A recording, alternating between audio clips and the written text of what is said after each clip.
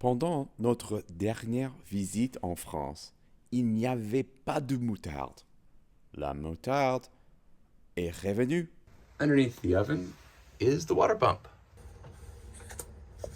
This is the filter that I just had tightened because it was leaking ever so slightly. And then back there is the Surge dampener. So it's an all-in-one kit.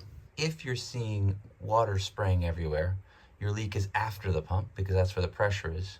If your pump is cycling, then the problem is you have air entering before the pump. In this case, I had a cycling pump, and so I went right here, and that's where if you saw a few drips, and that's where air was entering the pre-filter. And look what little secret is in the dining room table. You lift this up, and it is definitely a French boat, because guess what? You zoom in here, you get to see there is a massive space for storing your wine. There are a total of 14 parking spots in our wine caddy. I'm not sure that's the word they use for it, but that's more drink holders than a Chrysler minivan. Well, welcome back to the boat. A couple of modifications have occurred during the winter. One of them are those big, long green cushions, and they are not really destined for the V-berth. What happens is when you convert the salon table into a big lounge space, they become the cushions for that. So that's kind of big to have that now. And then, this is the big accomplishment, is there are now 2 little upper shelves in here, which will very much aid my organization skills. Anyway, it looks nice to be back aboard. Time to load some stuff up, but now you get to see what the V-berth looks like. The closet is all moved in. Controls for the windlass, and on the left, that means raise the anchor. On the right, they had the button pointing up, so you could either go up or red up, but I have now taken the cover off, rotated the little thing, and about to reinstall. You know, bit of comedy. Just since we're here at the anchor, here is the windlass I have, which is a quick windlass, and in my few tests so far, it seems to weigh anchor just fine. And then I chose to go with Ultra, which is supposed to be a strong anchor type. And the swivel has 2 Allen key bolts that I just check, put a little Allen key on it, and make sure it's going to be good for the next season. Now, these 2 buttons are now fixed.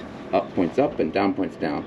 But in the process, we discovered that actually the down button and the up button require the bow thruster power beyond. So that needs to be rewired, because you don't want an emergency to have to rush to the electrical panel, flip on your bow thruster to power up your windlass. Maybe it's time to have a little coffee break.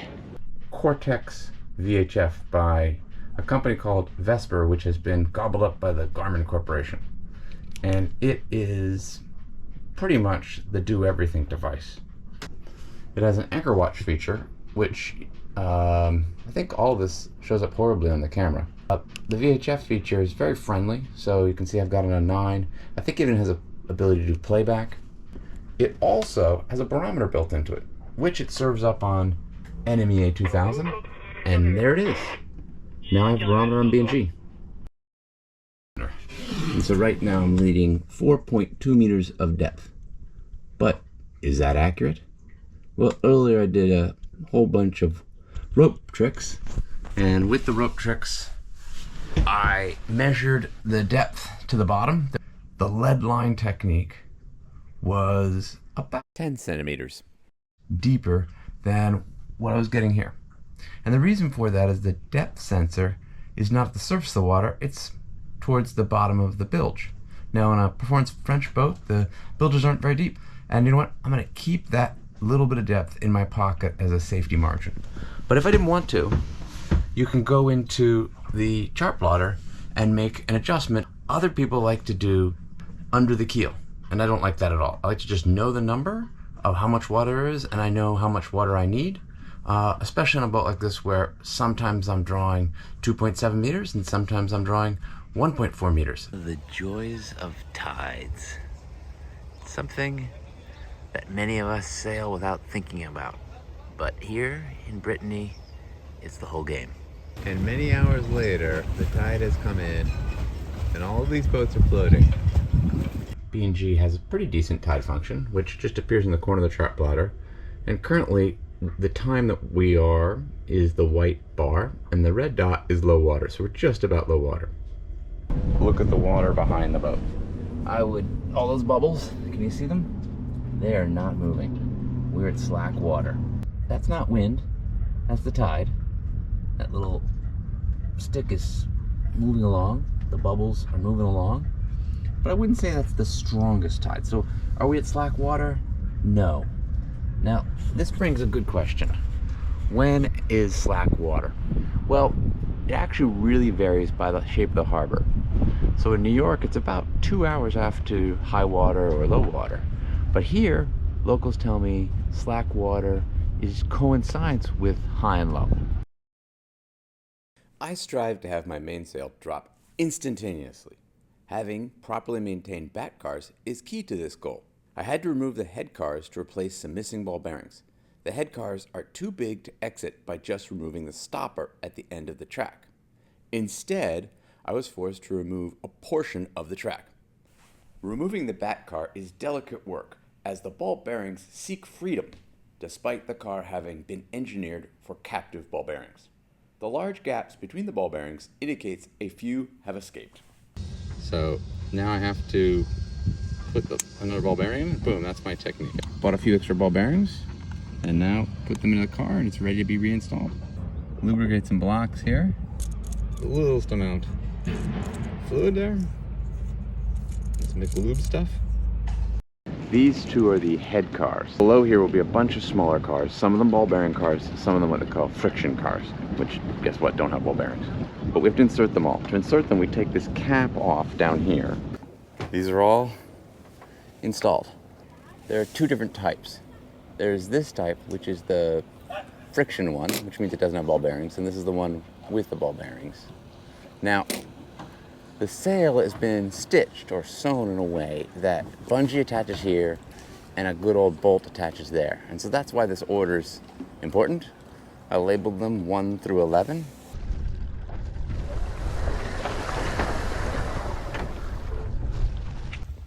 According to French tradition, life shall always begin with a baguette. So we're on the walk to the boulangerie. Okay, baguette has been purchased, but like all boulangeries, they have a secret trick. And that is they have such a beautiful display that you can't help but buy one more little nugget. This is a pistachio cake. 4 lines travel inside the boom and exit the back of the boom. They are the outhaul and 3 reef lines. I remove all of these lines during winter storage. Here I am installing the reef line for the clew. Remember, all 3 reef points have 2 lines, one for the clew and one for the tack.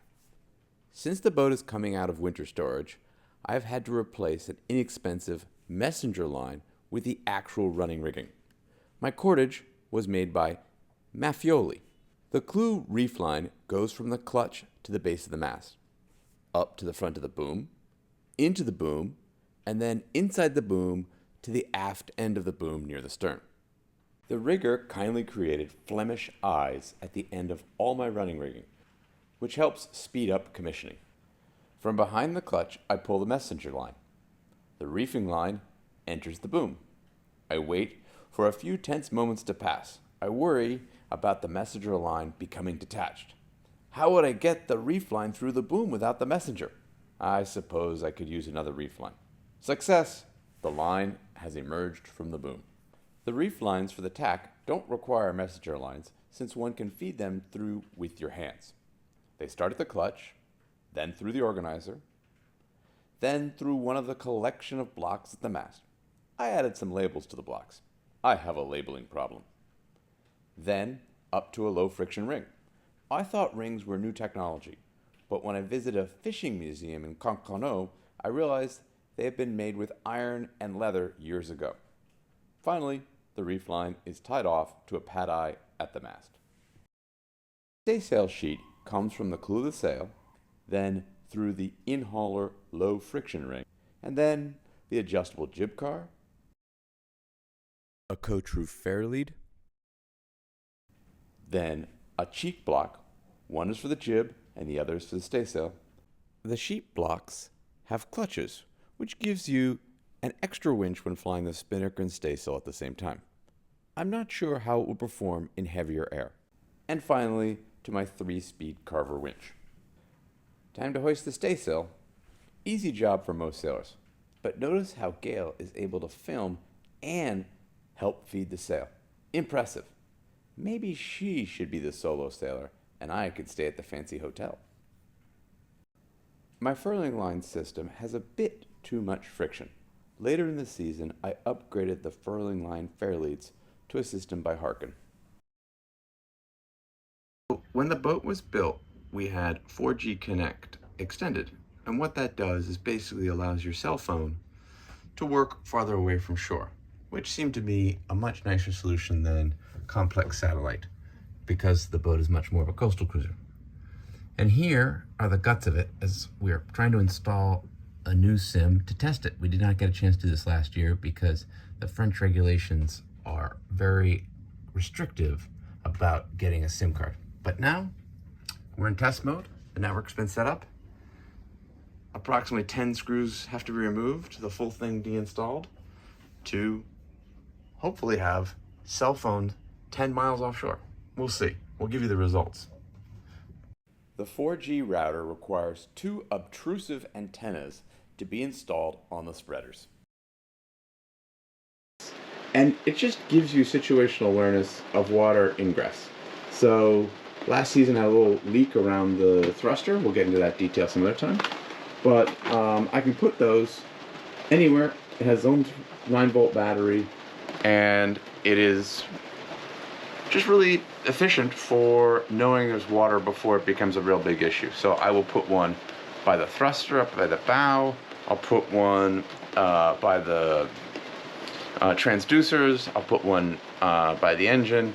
It's just good in a boat that has such a flat hull because water can come in and it doesn't go race to the bilge. Now, when my bilge goes off, the C-Zone does immediately give you a warning and says, hey, you've got the bilge running, what's going on? Paddle wheel. And last season the problem with my paddle wheel was it wasn't descended enough and I wasn't getting speed through the water or getting it spotty.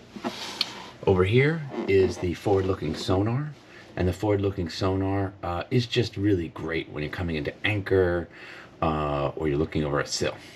And both of those, to get them out, you just unscrew them, pull them up, and a little water starts gushing in. And right here is the water sensor. And so it just sits there and waits for that moment where it finds water and starts to shriek. Last thing is over here are a collection of wood bungs. So if there is a leak, I could take one of those bungs out and put them in. And then underneath it, cleverly stowed, are the 2 plugs, so that when you do take out the transducers, you can replace them with their plugs. I have one more transducer, which is under the couch, and that is the depth and temperature transducer. Good morning. Well, maybe not the best morning here in Loyal. The plan was to leave first thing this morning to go sail to Belle-Île, but we were greeted by a bunch of lightning and decided to stay on the dock. And what you see there, that big blob, is the Genoa, which was in the process of being hoisted when the rain cell arrived. So later today we'll sort that out. But it's wonderful to be on board. It's such a cozy boat. And so we've got the salon table lowered, and you can see, there you go, nice little setup.